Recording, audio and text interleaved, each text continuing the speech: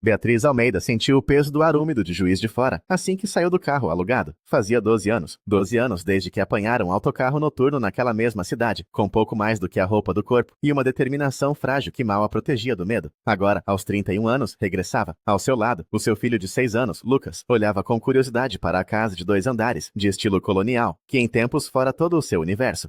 A pintura branca da fachada estava a descascar em alguns pontos, e as janelas, que a sua mãe, Lúcia, insistia em manter impecáveis, pareciam baças sob a luz da tarde.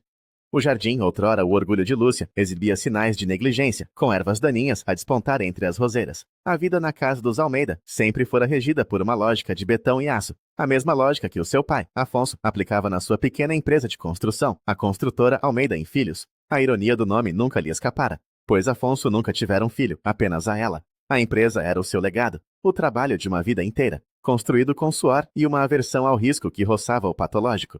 Afonso era um homem de poucas palavras, cuja autoridade emanava de um silêncio pesado e de um olhar que avaliava a solidez de tudo, desde uma viga de suporte a uma decisão de vida. Lúcia, por sua vez, era a gestora do domínio doméstico e social. Mais faladora que o marido, as suas palavras eram as ferramentas que usava para reforçar as fundações da família, a reputação, a estabilidade financeira e, acima de tudo, o dever. O conflito latente que definira a sua adolescência cristalizou-se no seu último ano do ensino secundário. Beatriz não queria o betão e o aço do seu pai. Sonhava com linhas, espaços e luz. Queria ser arquiteta. Passava noites a estudar, não para o vestibular de engenharia civil que os pais davam como certo, mas para o de arquitetura e urbanismo, na Universidade de São Paulo, a FAU-USP. Escondia os livros e as brochuras debaixo do colchão como se fossem material subversivo. Para os pais, a sua ambição não era apenas um desvio do caminho traçado, era uma fragilidade estrutural que ameaçava todo o edifício familiar. A empresa de Afonso, outrora estável, enfrentava dificuldades. As grandes construtoras da capital estavam a expandir-se para o interior, absorvendo os contratos mais lucrativos, com preços e prazos que uma empresa familiar não conseguia igualar.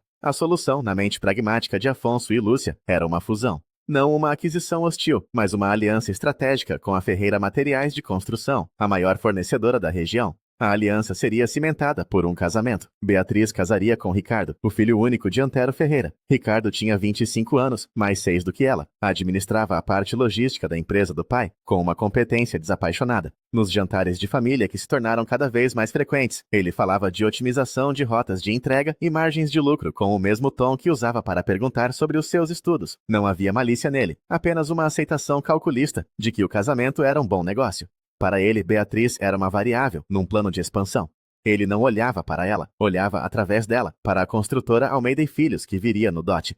A proposta oficial não veio com um anel de diamantes ajoelhado, mas numa reunião de domingo à tarde, na sala de estar dos Almeida. Antero Ferreira e o seu filho Ricardo de um lado do sofá, Afonso e Lúcia do outro. Beatriz fora convocada para discutir o futuro. Afonso expôs a situação da empresa com a precisão de um engenheiro a ler uma planta.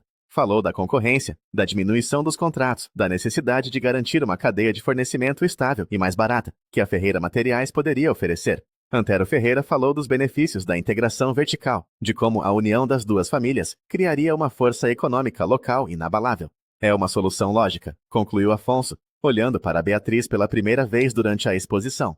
Garante o nosso futuro, o teu futuro. Lúcia acrescentou, com um tom mais suave, mas igualmente firme. O Ricardo é um bom rapaz, de boa família, vai cuidar de ti, terás uma vida confortável, segura.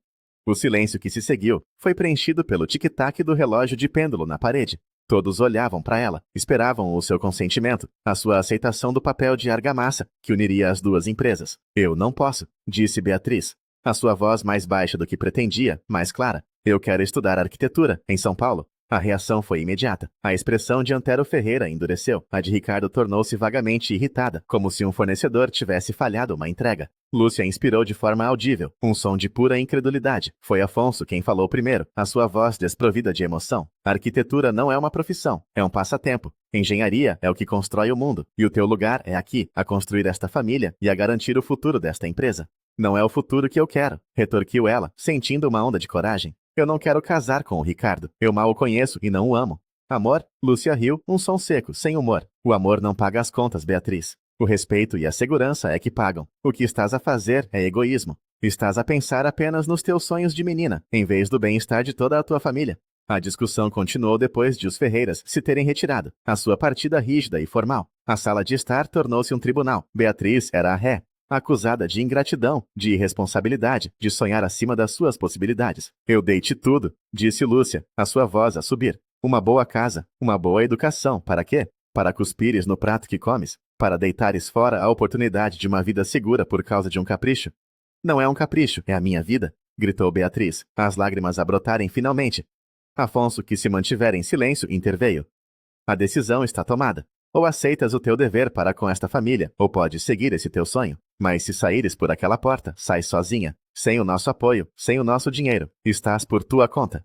Não era um bluff. Ela viu-o nos seus olhos. Era um cálculo. Uma equação simples onde a sua ambição era um luxo que a família não podia, ou não queria, pagar. Naquela noite, enquanto os pais dormiam, ou fingiam dormir, ela fez uma pequena mala, juntou o dinheiro que economizara de pequenos trabalhos, as suas notas do colégio e a brochura da FAO-USP. Deixou um bilhete na mesa da cozinha. Desculpem, eu preciso de tentar. Na rodoviária, o cheiro a diesel e a café requentado era o cheiro da liberdade e do terror. Antes de o autocarro partir, o seu pai apareceu. Não disse nada, apenas lhe estendeu um envelope com algum dinheiro. Mais do que ela tinha, mas não o suficiente para durar muito. Sê cuidadosa. Foi tudo o que ele disse, antes de se virar e ir embora. O autocarro afastou-se e Beatriz viu a sua cidade a desaparecer pela janela, um conjunto de luzes a encolher na escuridão. Tinha 19 anos e estava completamente sozinha. Agora, 12 anos depois, estava de volta. Lucas largou a sua mão e correu para a porta, curioso. Beatriz respirou fundo e seguiu-o. Tocou a campainha. O som era o mesmo. Passos arrastados soaram lá dentro. A porta abriu-se e o seu pai apareceu. Estava mais magro, o cabelo completamente grisalho, e usava um aparelho de oxigênio com cânulas finas no nariz. O choque no seu rosto foi profundo, uma fissura na sua fachada estoica. Beatriz, a sua voz saiu como um sopro. Olá, pai, disse ela. Antes que ele pudesse responder, a sua mãe apareceu atrás dele. Lúcia envelhecera. Havia uma curvatura nos seus ombros que não existia antes. Os seus olhos, antes vivos e críticos, pareciam cansados. Fixaram-se em Beatriz, depois desceram para o rapazinho, que olhava para eles com os olhos grandes e castanhos de Tiago. Viemos fazer uma visita, disse Beatriz, a sua voz firme, sem o tremor que sentia por dentro. Este é o Lucas, o vosso neto. São Paulo recebeu-a com uma bofetada de ruído, poluição e indiferença. A cidade era um monstro de betão e vidro, um organismo caótico que não tinha tempo para os sonhos de uma rapariga do interior. O dinheiro que o seu pai lhe dera, juntamente com as suas economias, foi suficiente para o primeiro mês de aluguer de um quarto minúsculo numa pensão na Zona Leste e para a matrícula num cursinho pré-vestibular intensivo. A realidade impôs-se rapidamente. Para sobreviver, precisava de trabalhar. O seu primeiro emprego foi como empregada de mesa, numa lanchonete movimentada perto do cursinho. O trabalho era brutal, 12 horas por dia, de pé, a carregar bandejas pesadas, a lidar com clientes apressados e a limpar mesas pegajosas. O cheiro, a gordura e a fritura impregnava-se no seu cabelo e na sua roupa. Chegava ao cursinho à noite exausta, a sua mente a lutar para se concentrar nas complexidades da matemática e da física enquanto o seu corpo doía. Muitas vezes adormecia sobre os livros, acordando com o rosto marcado pelas espirais do caderno. Os seus colegas de cursinho eram uma mistura de jovens da classe média de São Paulo, cujos pais pagavam tudo, e outros, como ela, que lutavam para equilibrar trabalho e estudo. Havia uma camaradagem silenciosa entre estes últimos, uma compreensão partilhada do sacrifício, mas a solidão era a sua companheira mais constante. Não tinha amigos, não tinha família. Aos domingos, o seu único dia de folga, vagueava pela cidade, visitando parques e museus gratuitos, sentindo-se como um fantasma a observar a vida dos outros. No final do ano, fez o exame vestibular para a FAO-USP. A prova foi um borrão de ansiedade e exaustão. Semanas depois, a lista de aprovados foi publicada. O seu nome não estava lá. A rejeição foi um golpe físico. Sentada no seu quarto na pensão, olhou para as paredes manchadas de umidade e sentiu o peso esmagador do fracasso. Pela primeira vez, considerou desistir. A imagem da vida segura e previsível que rejeitara em Juiz de Fora surgiu-lhe tentadora. Podia ligar, pedir desculpa, aceitar as condições. Mas a recordação do olhar calculista de Ricardo e da resignação no rosto do seu pai impediu-a. A raiva, um combustível mais potente do que a esperança, reacendeu-se. Não lhes daria o prazer de a verem falhar. Voltou a matricular-se no cursinho, arranjou um segundo emprego como caixa num supermercado aos fins de semana e reduziu as suas horas de sono a um mínimo perigoso. O segundo ano foi uma repetição do primeiro, mas com uma determinação mais sombria e focada. Aprendeu a funcionar com um cansaço crônico. O seu mundo encolheu para o trajeto, entre o trabalho, o cursinho e a pensão. Perdeu peso, olheiras profundas instalaram-se sob os seus olhos. No dia do segundo exame, sentiu-se estranhamente calma. Não havia mais nada que pudesse fazer. Quando a lista de aprovados saiu, ela foi até ao mural do cursinho com o coração a bater descontroladamente. Percorreu a lista de nomes 1, 2, 3 vezes, até que o encontrou. Beatriz Almeida, aprovada. Não gritou nem chorou. Apenas sentiu uma onda de alívio tão intensa que as suas pernas fraquejaram. Teve de se apoiar na parede para não cair. Naquela noite, pela primeira vez em 2 anos, dormiu profundamente. A Faculdade de Arquitetura e Urbanismo da USP era um mundo novo. O edifício, desenhado por Villanova Artigas, era em si uma lição de arquitetura, com os seus vãos imensos, rampas e espaços de convivência abertos. Pela primeira vez, Beatriz estava rodeada de pessoas que partilhavam a sua paixão. Os primeiros semestres foram difíceis. A sua base do ensino secundário era mais fraca do que a da maioria dos seus colegas de escolas privadas de elite. Tinha de estudar o dobro para acompanhar. O seu ponto de viragem foi no segundo ano, na disciplina de Sistemas Estruturais, lecionada pelo professor Otávio Martins. Martins era uma lenda na faculdade, um engenheiro com alma de arquiteto, conhecido pelo seu rigor e pela sua capacidade de ver para além do óbvio. Enquanto a maioria dos alunos se focava na estética, Beatriz descobriu que tinha um talento intuitivo para a lógica das estruturas. Compreendia como as forças se distribuíam, como os materiais se comportavam, como a forma e a função estavam intrinsecamente ligadas pela física. O professor Martins notou-a. Os seus projetos não eram os mais artisticamente extravagantes, mas eram os mais inteligentes, os mais eficientes do ponto de vista estrutural. Ele começou a dar-lhe desafios extra, a emprestar-lhe livros da sua biblioteca pessoal, a convidá-la para discussões com os seus alunos de pós-graduação. Ele tornou-se o seu primeiro mentor, o pai intelectual que nunca tivera. Para se sustentar, continuou a trabalhar, mas conseguiu empregos que estavam mais alinhados com a sua área. Trabalhou a fazer maquetes para escritórios de arquitetura. Passou noites a desenhar plantas em AutoCAD como freelancer. Cada trabalho era uma lição. No seu 4º ano, através de uma recomendação do professor Martins, conseguiu um estágio num dos maiores escritórios de arquitetura de São Paulo. Foi lá que aprendeu a realidade da profissão. As longas horas, os prazos impossíveis, os egos dos arquitetos seniores, a complexa dança entre a visão artística e as restrições orçamentais do cliente. Foi designada para a equipa que trabalhava num grande projeto de habitação de interesse social. Foi um trabalho exigente e muitas vezes frustrante, mas foi também onde encontrou o seu propósito. Viu como a arquitetura bem pensada podia impactar diretamente a qualidade de vida das pessoas. Numa das reuniões interdisciplinares do projeto, conheceu Tiago Soares. Ele era um urbanista, a trabalhar para a prefeitura. Tiago tinha uma paixão calma e contagiante pelas cidades.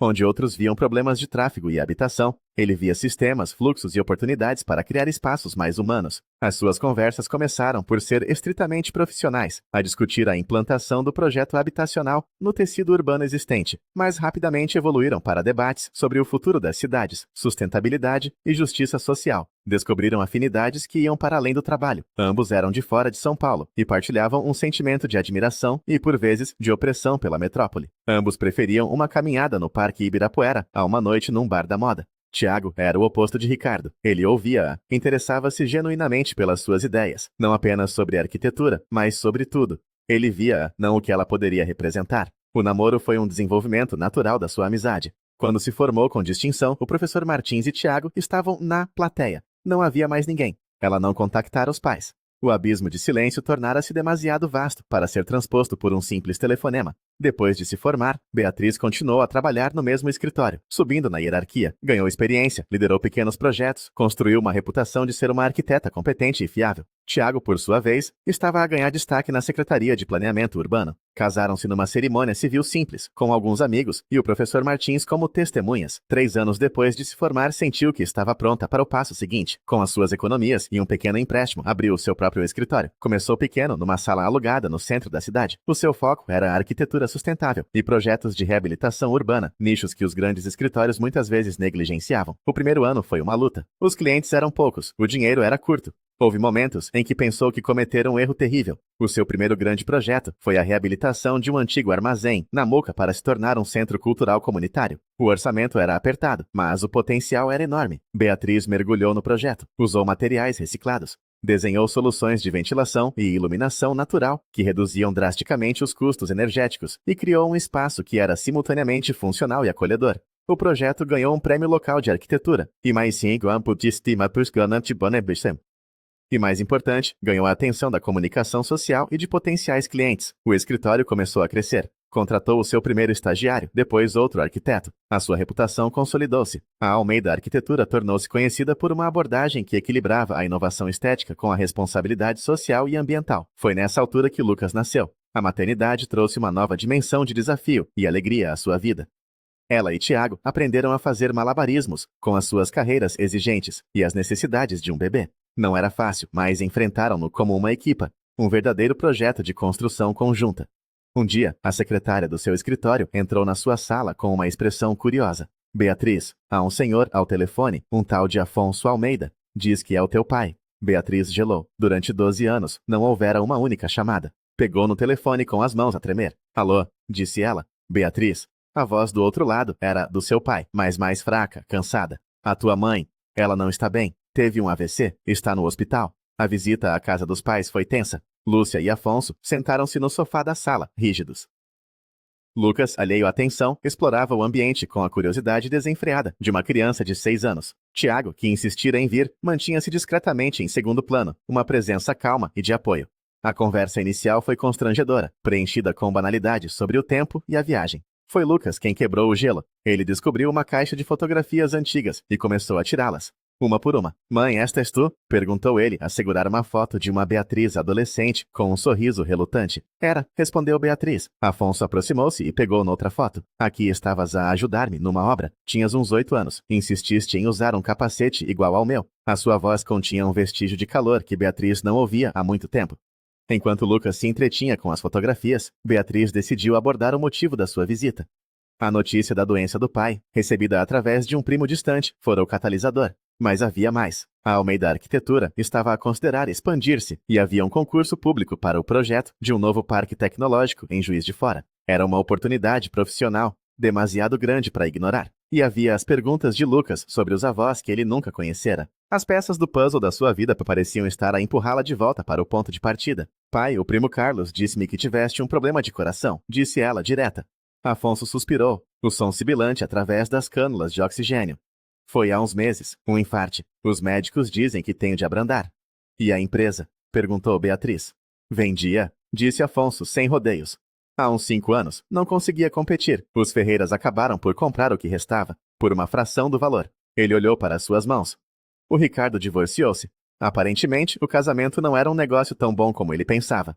Havia um amargor na sua voz. Lúcia, que se mantivera em silêncio, falou pela primeira vez. O teu pai trabalhou até o corpo não aguentar mais. A sua voz era frágil. Nós temos acompanhado a tua carreira. Vimos os artigos nas revistas. O teu pai guardou todos. Beatriz ficou surpreendida. Guardaram. Afonso levantou-se com dificuldade e foi até a uma estante, tirou um álbum de recortes grosso e pousou-o na mesa de centro. Beatriz abriu-o. Estava cheio de artigos de jornais e revistas, impressões de websites, tudo sobre ela e o seu escritório. Entrevistas, prêmios, fotografias de projetos concluídos, uma crônica detalhada da vida que ela construíra longe deles. Por que nunca ligaram? Perguntou ela, a sua voz embargada pela emoção. Orgulho, disse Lúcia, a palavra a sair com dificuldade. E vergonha. Estávamos errados, Beatriz. Sobretudo, vimos o que te tornaste sozinha. Ligar parecia pedir alguma coisa, depois de te termos tirado tudo. Não me tiraram tudo, corrigiu Beatriz suavemente. Deram-me a razão para lutar. A conversa que se seguiu foi a mais honesta que alguma vez tiveram. Falaram dos anos de silêncio, do arrependimento, das dificuldades financeiras que os pais enfrentaram após a venda da empresa e com os custos médicos. Beatriz falou de Tiago, do seu casamento baseado na parceria e no respeito mútuo, e de como estavam a criar Lucas para que ele seguisse as suas próprias paixões. No final da tarde, quando se preparavam para ir para o hotel, Beatriz fez uma proposta. Eu vou concorrer ao projeto do Parque Tecnológico aqui. Se o meu escritório ganhar, vou precisar de uma equipa local. Pai, a tua experiência em gestão de obras e conhecimento dos fornecedores locais seria inestimável. Gostaria que trabalhasses como consultor no projeto. Afonso olhou para ela, os seus olhos a brilhar com lágrimas não derramadas. Seria uma honra, disse ele. E mãe, continuou Beatriz virando-se para Lúcia. Se não te importares, o Lucas ia adorar passar algum tempo com a avó. Talvez possas mostrar-lhe o jardim. Lúcia olhou para o neto, que adormecera no sofá, com uma fotografia de Beatriz bebê na mão. Um pequeno sorriso, o primeiro que Beatriz vira naquele dia, formou-se nos seus lábios. Acho que as roseiras precisam de atenção, disse ela. Nos meses seguintes, a Almeida Arquitetura ganhou o concurso. Beatriz começou a passar mais tempo em Juiz de Fora, a supervisionar as fases iniciais do projeto. A dinâmica familiar começou a mudar, lentamente, de forma hesitante. Afonso floresceu no seu papel de consultor. A sua antiga paixão pela construção foi reavivada, agora livre do peso da propriedade. Ele e Beatriz desenvolveram uma nova relação baseada no respeito profissional mútuo. Lúcia, por sua vez, encontrou um novo propósito no seu papel de avó. As tardes com Lucas no jardim tornaram-se um ritual. Ela ensinou-o a plantar, a regar, os nomes das flores. Através da simplicidade da sua interação com o neto, Lúcia começou a desfazer-se da sua armadura de rigidez. A reconciliação não foi um evento único, mas um processo contínuo de reconstrução. Havia cicatrizes. Havia tópicos que ainda eram demasiado dolorosos para serem tocados, mas as fundações de uma nova relação estavam a ser lançadas, não sobre o alicerce frágil do dever e da obrigação, mas sobre a base mais sólida do perdão e da aceitação. Um ano após o seu regresso, Beatriz estava no estaleiro de obras do Parque Tecnológico, a observar a estrutura de aço do primeiro edifício a ser erguida contra o céu azul. O seu pai estava ao seu lado, a discutir um detalhe técnico com o mestre de obras. Tiago e Lucas tinham vindo de São Paulo para o fim de semana e estavam a observá-la à distância.